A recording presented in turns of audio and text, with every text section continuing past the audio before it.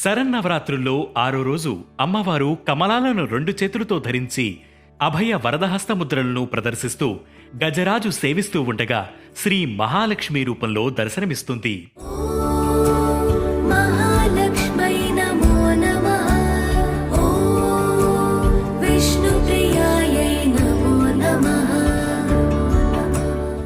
మహాలక్ష్మీదేవి సర్వమంగళకారిణి, ఐశ్వర్యప్రదాయిని, అష్టలక్ష్ముల సమిష్టి రూపమే మహాలక్ష్మి.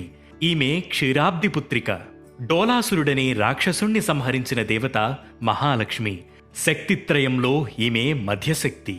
లక్ష్మీం క్షీర సముద్రరాజతనయాం శ్రీరంగధామేశ్వరీం దాసీభూత సమస్తదేవవనితాం లోకైక దీపాంకురాం శ్రీమన్మంద కటాక్షలబ్ధ విభవద్ బ్రహ్మేంద్ర గంగాధరాం త్వాం త్రైలోక్య కుటుంబినీం సరసిజాం వందే ముకుంద ప్రియాం అంటూ దేవిని ఉపాసిస్తే ఫలితాలు శీఘ్రంగా కలుగుతాయని పురాణాలు చెబుతున్నాయి.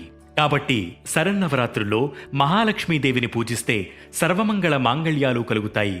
అమ్మవారికి వడపప్పు, చనివిడిని నివేదన చెయ్యాలి.